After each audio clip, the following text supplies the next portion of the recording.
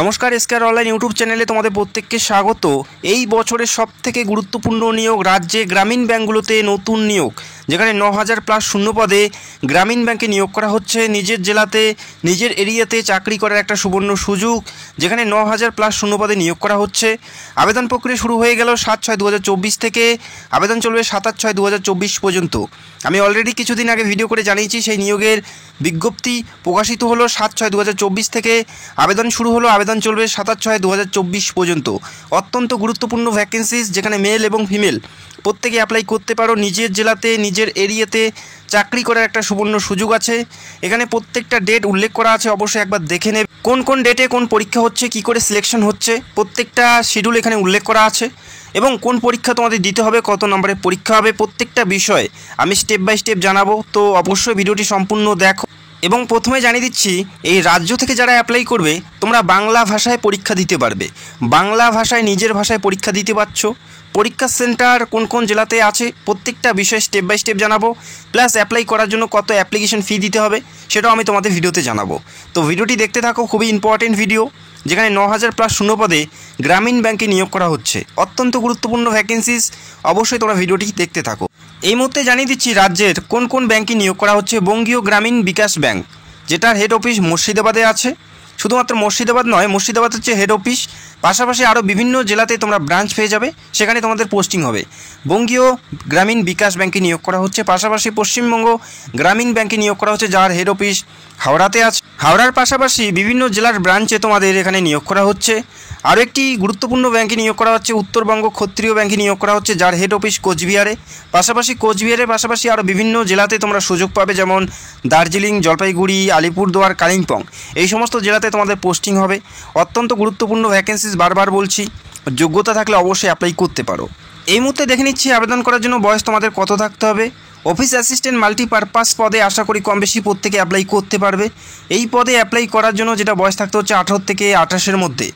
যারা জেনারেল প্রার্থী 18 থেকে 28 প্রত্যেকে এলিজিবেল, প্রত্যেকে অ্যাপ্লাই করতে পারো। অ্যাসিস্ট্যান্ট মাল্টিপারপাস পদের ক্ষেত্রে 18 থেকে 28 প্রত্যেকে অ্যাপ্লাই করতে পারো। আর অবশ্যই ডেট অফ বার্থ 02/06/1996 থেকে 01/06/2006 ডেট অফ বার্থ থাকলে প্রত্যেকেই তোমরা এই গুরুত্বপূর্ণ পদের জন্য এলিজিবেল। পাশাপাশি গ্রুপ এ পদে অ্যাপ্লাই করার জন্য বয়স থাকতে হচ্ছে 21 থেকে 32-এর মধ্যে। যাদের ডেট অফ বার্থ 03/06/1992 থেকে 31/5/2003-এর মধ্যে, তারা প্রত্যেকে অ্যাপ্লাই করতে পারে, যারা জেনারেল। পাশাপাশি প্রত্যেকটা পদেই SC ST OBC প্রত্যেকেই ছাড় পাবে। SC ST 5 বছর, OBC 3 বছর এবং ফিজিক্যাল ডিসেবল প্রার্থী 10 বছর। যারা SC ST তারা 28+5 এবং যারা OBC 28+3 হিসাবে তোমরা বয়সের ছাড় পাচ্ছ। অ্যাপ্লাই করার জন্য শিক্ষাগত যোগ্যতা কী থাকতে হবে সেটা আমরা দেখে নিচ্ছি। যারা অফিস অ্যাসিস্ট্যান্ট মাল্টিপারপাস পদে অ্যাপ্লাই করতে চাও, তোমাদের শিক্ষাগত যোগ্যতা গ্র্যাজুয়েশন থাকতে হচ্ছে। যে কোনো শাখার থেকে যে কোনো সাবজেক্ট নিয়ে গ্র্যাজুয়েশন করলেই তোমরা এখানে অ্যাপ্লাই করতে পারো। কোনো পার্সেন্টেজের ব্যাপার নেই, লোকাল ল্যাঙ্গুয়েজ জানতে হবে, আর পাশাপাশি তোমাদের বেসিক কম্পিউটার নলেজ তোমাদের থাকতে হবে। এই রাজ্য থেকে যারা অ্যাপ্লাই করবে আশা করি কম বেশি প্রত্যেকেই তোমরা বাংলা ভাষায় জানো, সেক্ষেত্রে প্রত্যেকেই তোমরা অ্যাপ্লাই করতে পারো। তো এই একটি পদ যেখানে তোমরা প্রত্যেকে অ্যাপ্লাই করতে পারো কম বেশি। এছাড়াও অফিসার পদে নিয়োগ করা হচ্ছে, যেখানে গ্র্যাজুয়েশনের পাশাপাশি তোমাদের এক্সপিরিয়েন্স থাকতে হবে, সেক্ষেত্রে অ্যাপ্লাই করতে পারবে।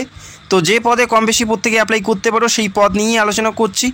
যদি যোগ্যতা থাকে অবশ্যই তোমরা অফিসার পদে অ্যাপ্লাই করতে পারো, যেখানে গ্র্যাজুয়েশনের পাশাপাশি তোমাদের নির্দিষ্ট ট্রেডে এক্সপিরিয়েন্স থাকতে হবে, তবেই তোমরা এখানে অ্যাপ্লাই করতে পারো। সিলেকশন প্রসেসের ক্ষেত্রে মাল্টিপারপাস অফিস অ্যাসিস্ট্যান্ট পদের ক্ষেত্রে যেটা থাকছে, প্রথমে রিটেন এক্সাম পিলি পরীক্ষা তোমাদের দিতে হবে।